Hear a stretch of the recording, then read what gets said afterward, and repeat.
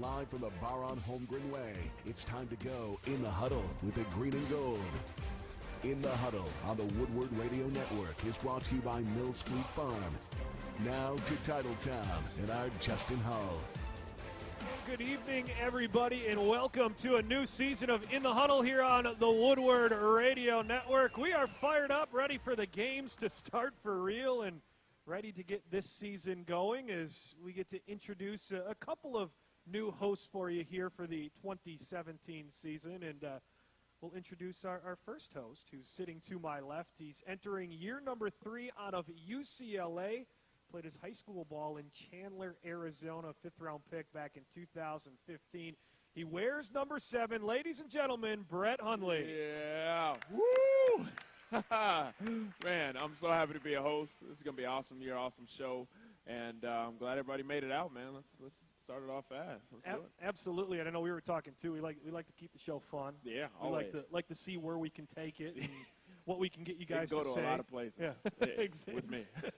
Exactly. But usually we start the program, we like to dive into a game recap, but we don't really have a game to talk about. So let's take the opportunity to get to know Brett a little bit more here. Chandler, Arizona. Yes, sir. Is where you grew up. Describe Chandler to us here in Green Bay. Oh, man. It's complete opposite weather-wise. Here it's negative 25. Up there it's 25 over 100, so 125. It's hot. It's laid back, sort of like here. It's not, there's some more buildings and stuff like that, but it's a really laid back town. It's just really hot. I mean, it's a desert, Valley of the Sun. Desert versus blizzard. Yeah. You got a preference? Hot. Hot? I'll take hot any day. Right. Yeah.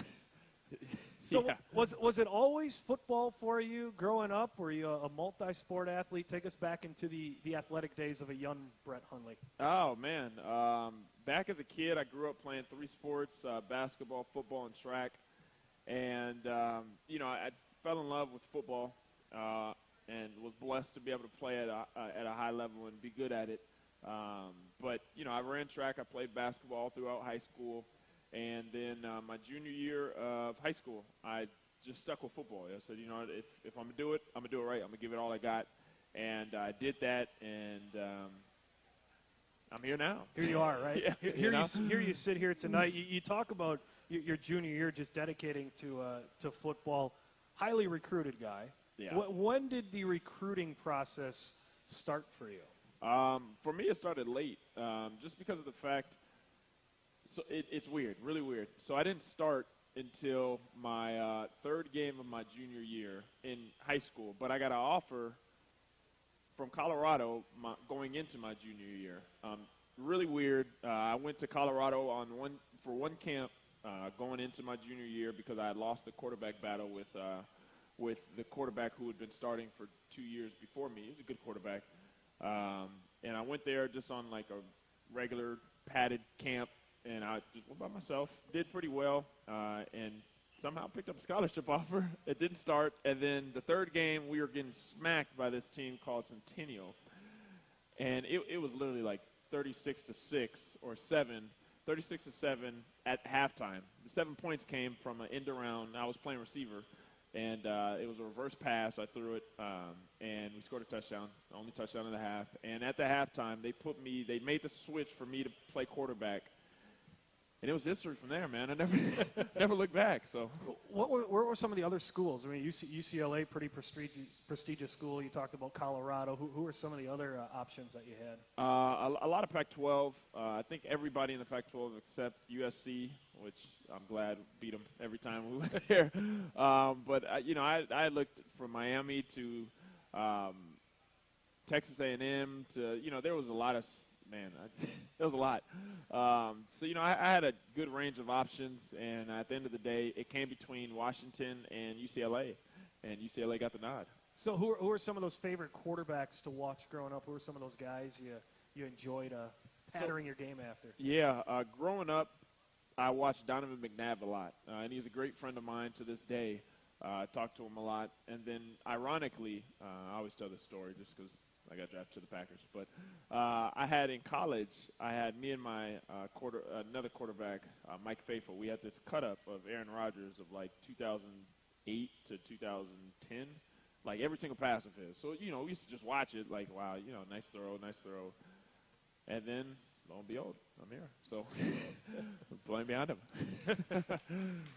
Did he know you had that? Did you have a chance to meet him before you were drafted by the Packers? Aaron? Yeah. No, not at all.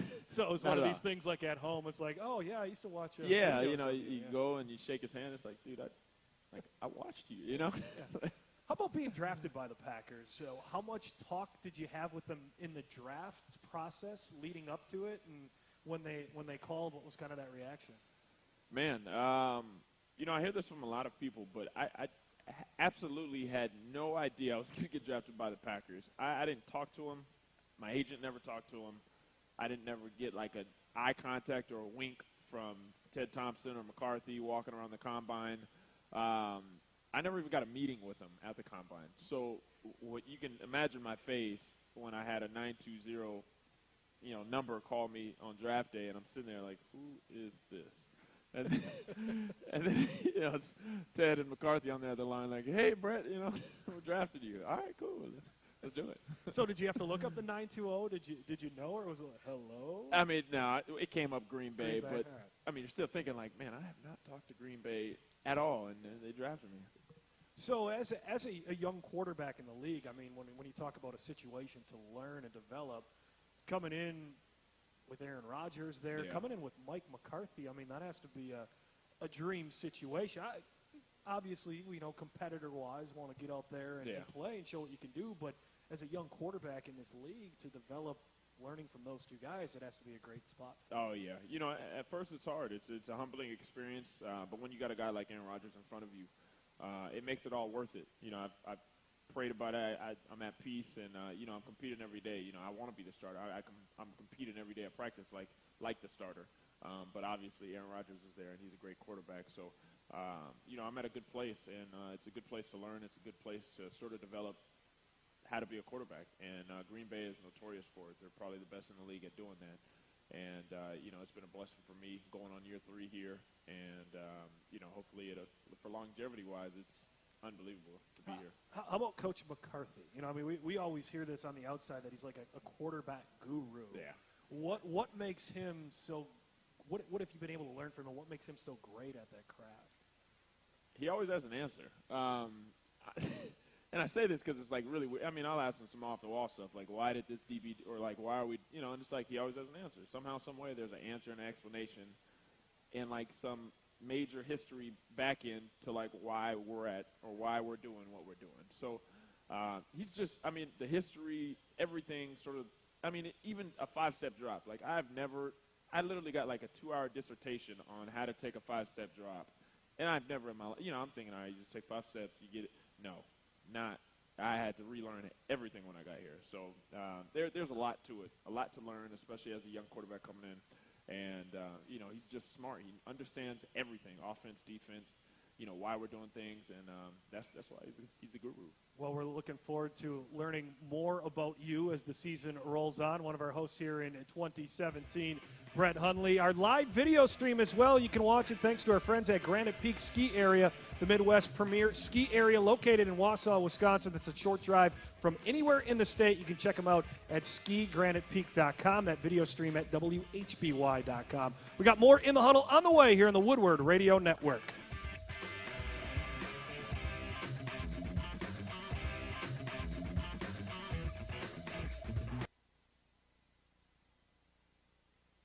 And we are back here at the bar on Holmgren Way in Green Bay, Wisconsin, in the Huddle here on the Woodward Radio Network. In the Huddle brought to you by Mills Fleet Farm. Our Packer host tonight, Brett Hundley, and we've got a guest with us as well. We'd like to get to know our guest.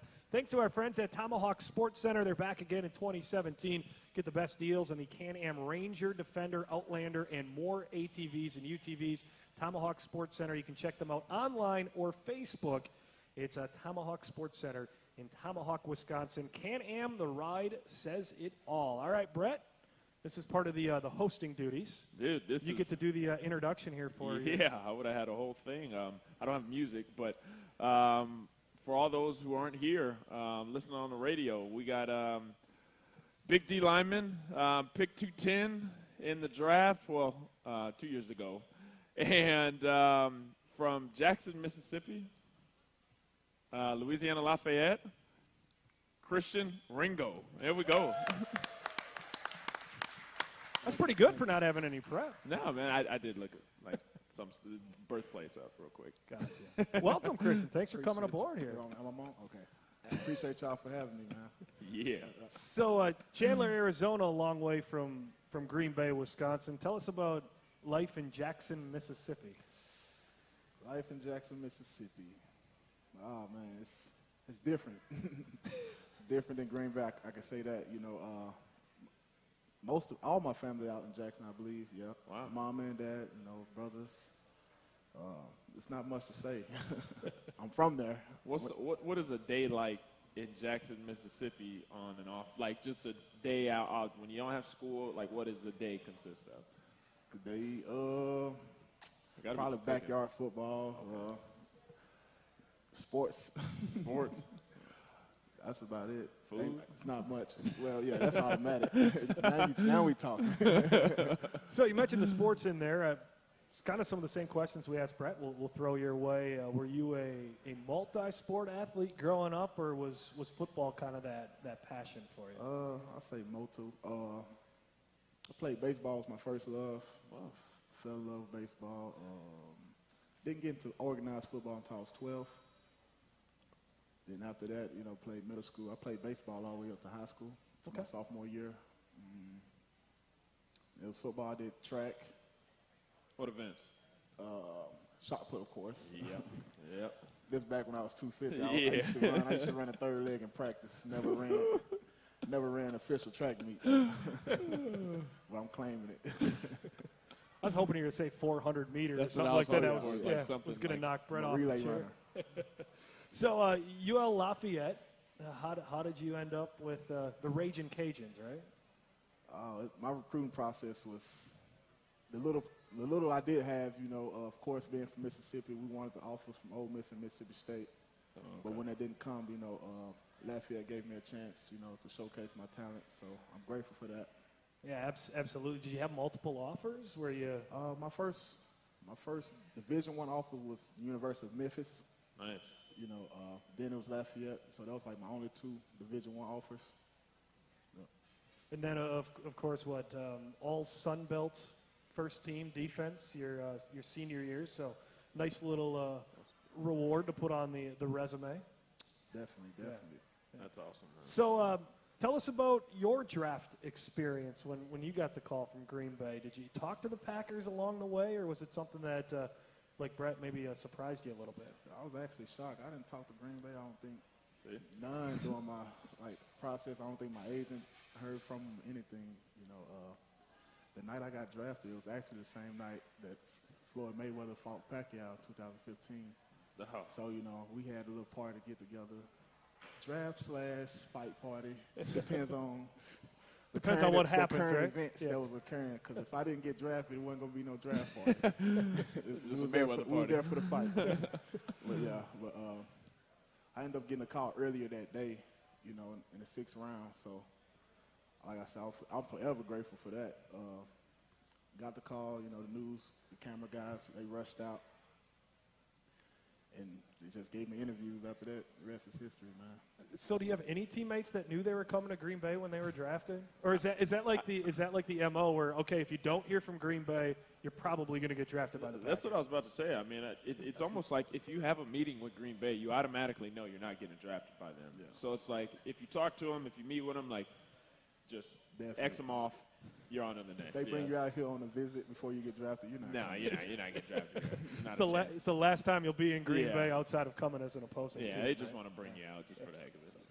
Well, Christian, you rode to the 53-man roster, a little bit of a fight. You got drafted in the 6th round, and unfortunately didn't make the 53-man out of that first camp, but you came back on the practice squad, and then, of course, last year you were able to make the 53-man. out of training camp. But what did that experience do for you as a person and as a player?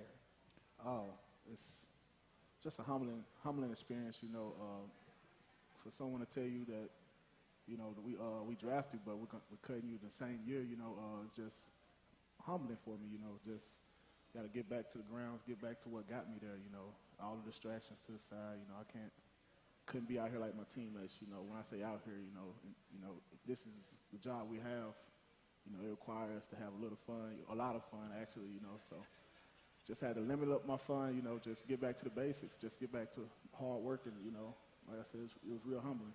And that experience on the practice squad, too, and Brett, maybe you can speak to this. I saw J-Rone Elliott referred to him as, like, the captain of the scout team. So what did you see from Christian after that experience to what we see of him here today, a solid contributing member of that 53-man? Yeah, man, and that's, that's a big testament to Ringo, and for everybody who doesn't personally know him like I do. He's a hard worker. Obviously getting drafted and then getting cut that same year isn't, and like you said, it's a humbling experience, but just to see the determination from when he got back, and, you could tell there was a chip on his shoulder, as far as, like, they cut me, but I'm going to make sure they know that I can be who, I can be a beast in this league. And he's shown that, when he got back and even making the 53-man, for the past 2 years, it's a testament. And, that shows that, there's work to be done. And, Ringo has obviously put in the work and dedication that it takes to make it. Outstanding. A testament to character, man. We got to give you some applause on that one. And all right, both of y'all, I'll throw these questions. Favorite thing about being a Packer? Man, you gotta have some questions that are like off the wall that get. They're coming. They're coming. All right. What if I would? Okay, I'll start with the next one. What's your least favorite thing about Green Bay? I like the best. I like the best. The other question. I know. I'll answer both. About being a Packer, I think the best thing about being a Packer is just being a part of the organization, and obviously the family. I have a lot of friends on other teams that, describe what it's like at these other teams, and it's nothing close to what we have here in Green Bay. I mean, seriously, and it's not just to say this just because I play for the Packers, but it literally is a different experience. So, that's the biggest thing for me when I hear around the league of why, I like to be a Packer. The music's saving you from answering that. That's other why I was question, like, I hear the music, so I tried to wrap it up real quick. Brett Hundley, Christian Ringo with us. We are hanging out in the huddle. More on the way here from the Bar and Holmgren Way in Green Bay. In the huddle on the Woodward Radio Network. And back here on the Bar on Holmgren Way, in the shadows of Lambeau, we are in the huddle here on the Woodward Radio Network. Brett Hundley and Christian Ringo with us. And just a reminder, too, we do have the show. You can watch it. You go to WHBY.com, our website there, or if you follow along at In the Huddle Show on Facebook, you can see the Facebook Live there, too, our video streaming with Granite Peak Ski Area. And Brett and Christian with us. All right, Brett, we were talking about this a little bit beforehand, so I have to give you an opportunity to gloat. Football fans may know this, but last night, history was made. Yes, it was. The second largest comeback in college football history, as Brett's UCLA Bruins were down 44-10, scored 5 unanswered touchdowns, and won 45-44. A lot of UCLA fans in the house. I mean, I know there's probably a million UCLA fans out here in Green Bay, but I'm not gonna lie. I'm gonna be 100% honest.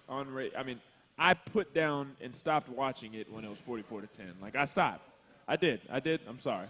I stopped watching, and then I kept picking up my phone every 10 minutes just to check if it got worse, if it got better. And I picked it up. It was 44-31. I'm like, they're not too far. And then it was 44-38, and I'm like, this is getting pretty interesting. And then I pick it up, and it's the last drive because they stopped Texas A&M, and there's 2 minutes to go, and then they have the ball, and I'm like, dude, they could actually win this. And lo and behold, it was 4th and 6. He hits his running back on a nice little swing route, first down, and then I think it was 1st and 10 on the 10 going into Texas A&M.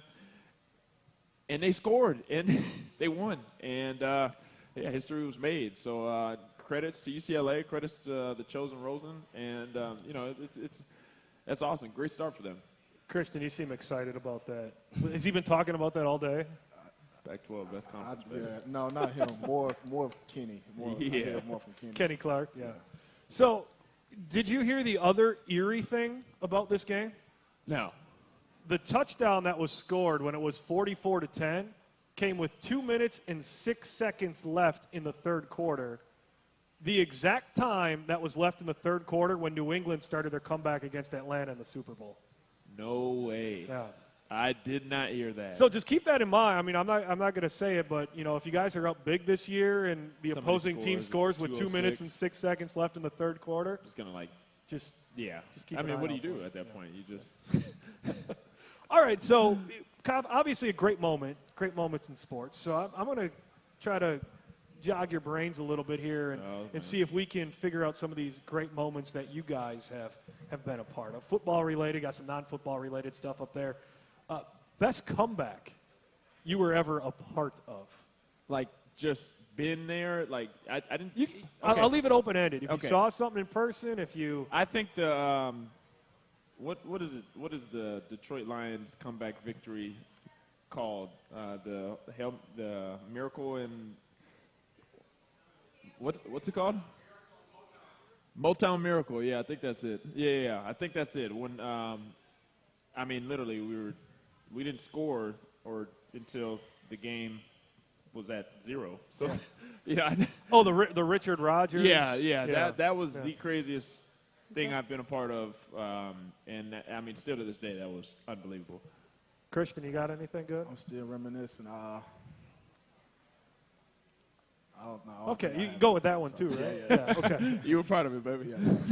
How about Christian? I'll start with you. This one on you. The play or the moment you realize that you may have something here with football, that this may be the way you're going to go with life. Ooh, good question. Great question, actually. I probably had to be younger because, like, I already had my mind made up. Like, this is what I want to do, you know, like most teams, which is not a good idea if any kids listening. But what was the question again? So the moment you realized, you know, football was going to be okay. Yeah. Good. Maybe the moment you realized you made it. Probably high school. I became a good pass rusher like around my 10th grade year because I played flag football, you know, so it's helped with my pass rushing. So, like, I think sophomore year I had, like, back-to-back sacks, and I'm like, okay, I might be able to do something with it. Yeah, this is your thing. How about you, Brett? For me, when I knew football was it, that's a hard one because I love football growing up, but I would like to say it was probably when I got the nod my junior year when we were getting our butts kicked. And we came back. I mean, we scored like 36 points. We didn't win, but we lost by like 14 points. But once sort of that took off and sort of the end of that season was finished and then, you know, things started going really good after that, that was when I really sort of – it set in with me knowing that, all right, well, maybe I'm, you know, pretty good. You know, maybe I'm good enough to play in the NFL, you know, one day. I think that was for me the moment when it was like, all right, maybe I could do this. Okay. Take it off the field. Best off the field accomplishment. Oh, that's a good one. Well, Ringo, I'll let you answer this first. Okay. Yeah. I saved a guy's life before. Well, You saved the guy's life? You gotta fill us in All on right, the this story is here. story time. Y'all don't know? Y'all ain't. No, y'all not on your line. But this was last year, actually. Last off season was at the water park in Houston, Texas. We was in wave pools, and you know how if everybody ever been to a water park, you know how when they turn the water on, the wave, it becomes ocean-like waves. There was this Hispanic guy. He was just walking, he was talking, and nobody wasn't paying no mind. I think he was just probably talking to me. I don't know, but I was paying attention. And when the water went back and forth, you know, it went over his head. I heard him gargling, but I thought he was just enjoying the waves, so I ain't think nothing of it. Then he did it again. He like trying to get himself because the waves was pushing him in. So I just grabbed him, you know, just carried him 7 yards back this way. he got his feet under him. He just was like, oh, man, you saved my life. Thank God for you, this and that, this. I was like, wow. I didn't know. I just took off my life jacket and gave it to him. Like, man, you probably going to need that. So.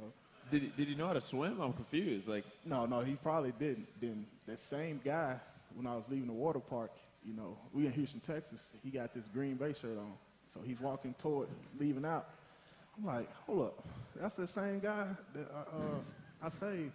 So, I just went over there, talked to him. He was like, oh, this and that. He didn't know I was a Packers player.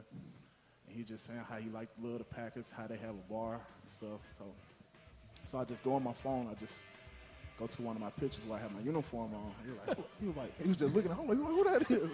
He said, oh, that's you. Like, then just, actually, it made his day, man. It made mine too, because I'm in Houston, Texas on vacation. Yeah. Who's to know that? Yeah, we got the music, but that's a great Save way to somebody's come life. here. You We saved gotta- somebody's life here. That's Christian Ringo here on the Woodward Radio Network. I didn't even know that. I didn't know that. The Woodward Radio Network hanging out tonight from the bar on Holmgren Way. The shadows of Lambeau Field. Brett Hundley and Christian Ringo with us. And we decided the off-the-field accomplishment, saving a guy's life, Yeah, you can't. we're not going to top that. No, So so let's just move on. we're gonna move on. That's outstanding That's stuff. yeah. He said he saved somebody else's life too. So I mean, Yeah, but no, we're not gonna get into that. that's what I'm saying. You saved two people's lives. Can't beat that. the man above. Thank the man above. Seriously. Well, this is the time we like to take audience questions. We do get questions as well from our social media feed at In the Huddle Show on Facebook and on Twitter. We have John Jordan out in the audience. John from one of our local affiliates here, 105.7 WAPL. And John, we will send it your way. All right, guys. A lot of us saw on social media the Packers and the rookie dinner bill of this year, done in Colorado to the tune of, I'll get it exact, $33,696.99 for dinner. Justin has a list of everything that was on there. It was a pretty juicy bill. Now, I guess, Brett, if you want to explain how the rookie dinner, quote unquote, goes down, could you do that for us? Yeah, I mean, it was worth every penny, I think.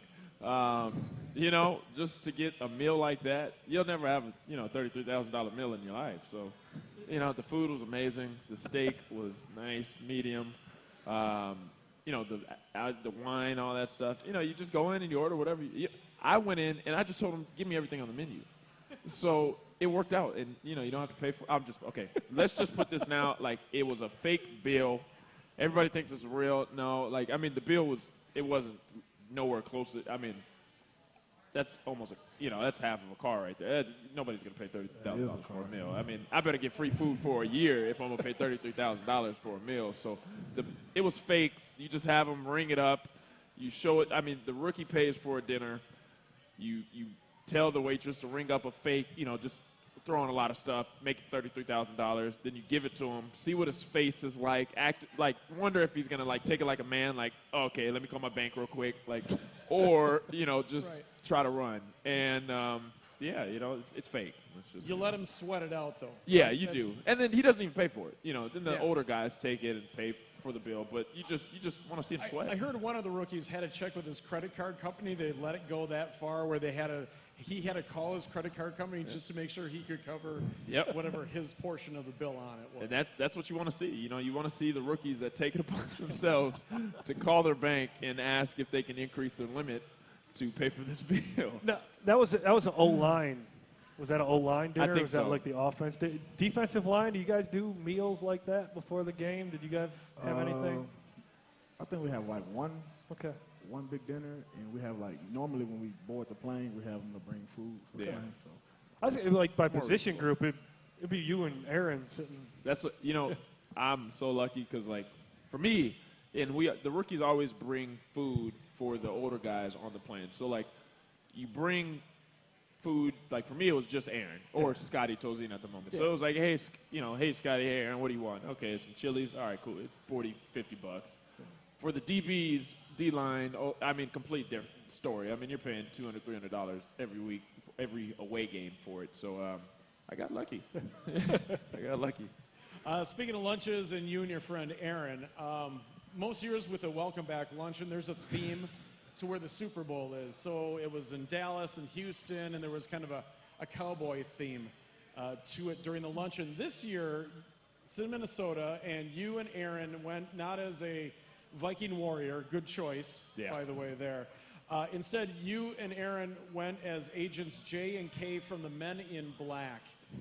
Why? I'm going to be 100% honest. I had no idea there was, like, the theme tied into where the Super Bowl was. I thought we were just dressing up just to dress up. So I mean, last year I dressed up, had my whole outfit. I had no idea it was the theme to the Super Bowl. This year, I can't tell you what we were planning on doing because we may do it next year. But our plan B was Men in Black, and we had to go to plan B. So it worked out perfectly. And any reason why Men in Black?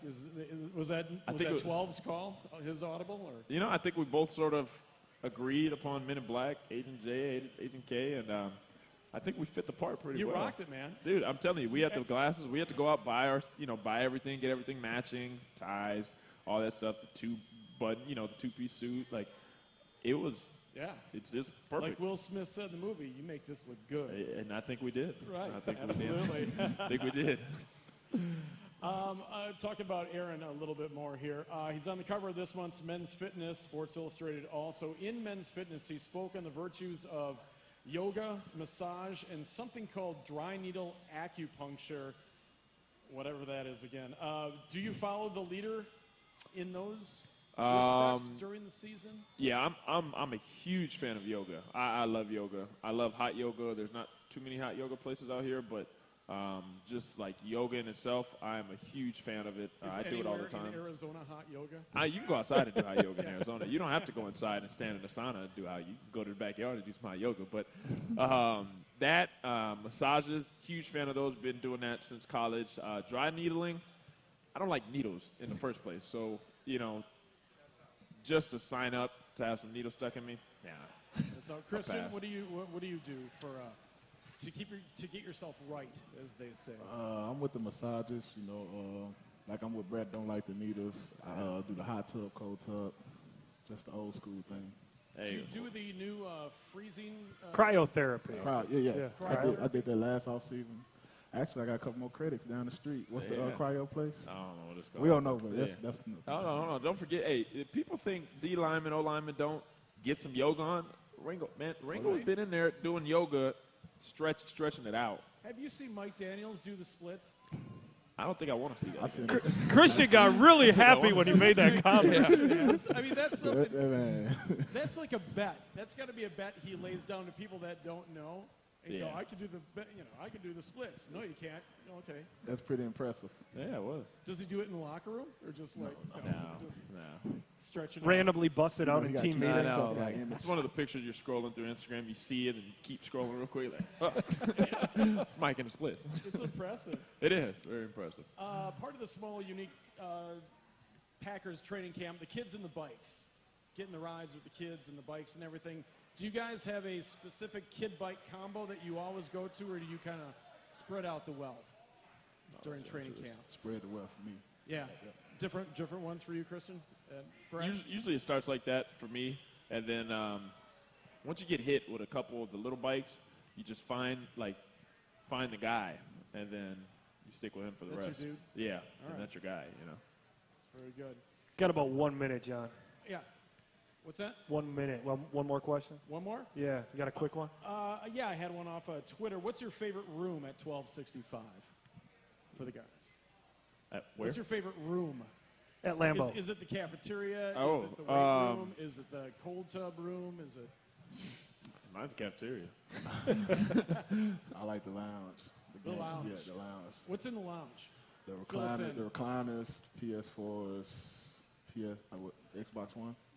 Yeah, Xbox One. Game systems? Yeah, pong table. I don't play the games. I just like the recliners. Yeah. You got to get the game stuff up on the big screen. Yeah, absolutely. Thank you, John, with the audience questions. We have one more segment to go. The hour flying on by. We'll talk a little bit about Seattle and debuting a new segment this year, Questions from Brett. Yeah. That's coming up when we return. We are in the huddle. Brett Hundley and Christian Ringo of the Packers here on the Woodward Radio Network. Lambeau. We are in the huddle, our 2017 season kickoff show. Brett Hundley and Christian Ringo with us. Jeff Janis, our other host, he'll be joining us on the show next week. Brett and Jeff will be rotating each week. But talking to Brett during the breaks and kind of doing this on the fly here, but Brett said, okay, I got my show. I got this. I want to give me like 3 minutes where I can ask my guest whatever I want. So we'll figure out a catchy name for it and whatnot and do this each and every week. But ladies and gentlemen, Brett Hundley asking Christian Ringo whatever he wants to. Yeah, so maybe we'll make like a post on the social, on social media and like figure out, what the fans want to call this. But each week I'm going to come with some questions because I just feel like, we asked a lot about football, about, Ringo, what you do, growing up in Jackson, Mississippi. But, I want to know how you think. I want to know what your life is like. Let's start off with the easy ones. Like, what's your favorite thing to do in Green Bay outside of football? Outside Get to know you. Come on, we got to fire these off. Come on. Okay, my bad. All right, I like to go fishing. Is that it? All right. What do you fish for? I know, like.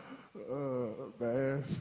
Bass All fishing? right. Let's keep it. All right, bass. Ringo's a bass fisherman. All right, let's get that. What was the first thing you purchased once you got your first NFL check? I bought my dad a truck. What kind of truck, really? Nice. Ram. It's a Ram. We got a Hemi in it. All right, Hemi Ram. All right, let's start getting to the off-the-wall questions. If you could trade places with any person for a week, famous, not famous, living or dead, real or fictional, who would it be? Great question. Yeah, I told you, get off the subject of football. Yeah. I'm not trying to stump you. Yeah, you're not. Give me what you got. You're not. You got me stunned right now. Come on. If I could be I have more anybody, questions. who more would I want to be than? There's Goku. There's, I'll be the Hulk. I'll say that. the Hulk. I'm a Marvel man. Okay, I appreciate. Okay, that gets to another one. If you were, let's go to a different question. Oh no, here. If you could compare yourself with any animal, which would it be and why? You gonna make me say it? I have to. I mean, we're an open conversation here. Okay. I'll compare myself to a lion because I feel like I am lion-hearted. All right, there we go. We're getting to know you a little better. If you could be a superhero, who would you be? Who would you want to be, and why? Is the Hulk a superhero or he's a villain? He's a superhero. Yeah, I'll be the Hulk. All right, whatever. Because I'm big, strong. You got It's the typical questions. All right, last question of this week. Next week, I'm going to come back with my guests, and I'm going to have a lot more questions. Would you rather fight 100 duck-sized horses or one horse-sized duck, and why? What's your strategy? You got to ask that again. Slower this time. Would you rather fight, and I can hear anybody else's answers to this, would you rather fight 100 duck-sized horses? Okay. So these are like mini horses, but they're vicious. Or one horse-sized duck. That's a big duck. Like, that's a massive duck. That's a big beak coming at you. So 100 mini horses the size of ducks. You can kick them, but they're vicious. Or one massive duck. I like a challenge. I get the one big duck. Sorry, you can take him down, though. But you don't have no I'm weapons. choke him out. All right, look, if he gets one peck at you, you're gone. Gone? Okay. Like this is I'm like this is one Mayweather. horse-sized duck. This This ain't no like this isn't like itty bitty type of duck. I mean, so give me a good strategy here. Take him away from the water. Take him. Excuse me. We're gonna take him away from the water. If you're on land. We're gonna have a grill set up. We're gonna have a family gathering. We're gonna have crispy duck. Anybody ever had crispy duck? Crispy duck. Yeah. No? I don't know who I'm taking in one horse-sized duck or Christian Ringo, so we'll have to figure that out later. But that's it for there we go. go. Right there. There you go, man. It's the first week of them. I want to ask some more next time. I just want to know, like, the follow-up question to that last one was the best. What's the strategy? That's the big one. I mean, I've asked so many people. I've got so many different answers. It's unbelievable what you can get with that question. Are Seahawks like ducks? They actually, okay. But you fight 11. Yeah. 11 So what's the strategy? That's dude. I just tied it back to football. You did. Yeah. We were outside of football. There's a lot of strategies to that. Too many to talk about here. But if you're fighting a duck-sized horse, you just, like Ringo said, you got to give it all you got. Is tackling Eddie Lacy like trying to break down a duck-sized horse? duck-sized horse? For a horse? Probably would be. Yeah. See, the problem that I have with the question most of the time is when you tell somebody like a duck-sized horse, they're not thinking of what a duck-sized horse would be like. Like, they're just thinking, okay, you throw out the 100-sized, horses, duck horses. But then when you think of the duck-sized, that's a big duck. But people don't grasp that. So it's like they pick that one until, like, it walks up on them. In my mind, I was picturing a duck being bigger than that. Now that I see him smaller, the duck is bigger than you. That's what I'm saying. It's a massive duck. How big is his beak? Probably about the length side of his helmet, I know that. Dude, that's a one big duck. That's all I got to say. Like, people just don't grasp the idea. That's a big duck. I'm taking 100. So that's it. I think we got to get you a T-shirt with a duck-size, I think we should. horse-sized duck on it. Yeah. That'd be fitting. I've asked this question so many times, and I'm telling you, you'll get different answers every time. It's awesome. Christian, thank you so much for coming out here with us tonight. We appreciate it. Christian Ringo, ladies and gentlemen. This is going to be a fun year, Brett, isn't it? I'm going to have some off-the-wall questions next time. Like, you're lucky this is your first week because this is the introduction to the questions. Next week, it's on. He's going to come prepared this time. Brett Hundley, ladies and gentlemen. Thank you, Brett, for coming out. Thank you, guys, and best of luck against the Seattle duck-sized horse hawks. Yeah, the horses, ducks. We'll throw that in there. But hey, we do this every week here at the bar on Holmgren Way from 6 to 7. Hope you can make it out with us next week. Like we said, Jeff Janis will be with us. Until then, thanks for tuning in the Huddle here on the Woodward Radio Network.